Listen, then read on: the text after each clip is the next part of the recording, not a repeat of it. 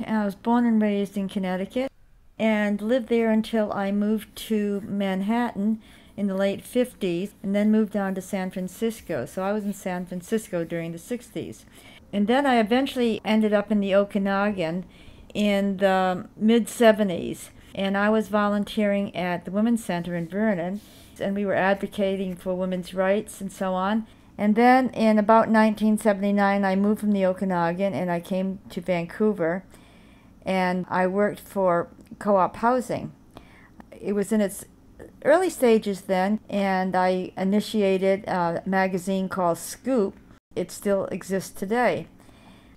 I lived in an intentional community in Kitsilano called Community Alternatives, which was unique in that we lived communally within a co-op housing structure and financing. And that is still going on today.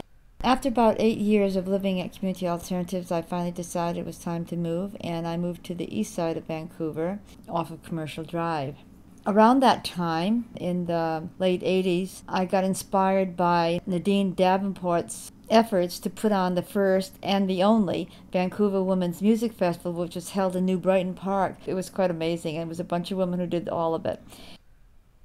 And then in 1990, Gay Games came to Vancouver for the first time, moved out of San Francisco, and there was sort of an interest to recreate the Women's Festival, but what we ended up doing was putting on 5 nights of women's only entertainment at a time when you could say women's only at the Wise Hall, and that was the start of Sounds and Furies, bringing in specifically lesbian, but not always, entertainment, and has expanded into doing things like the Women's Winter Arts and Crafts Fair, fundraisers, and so on.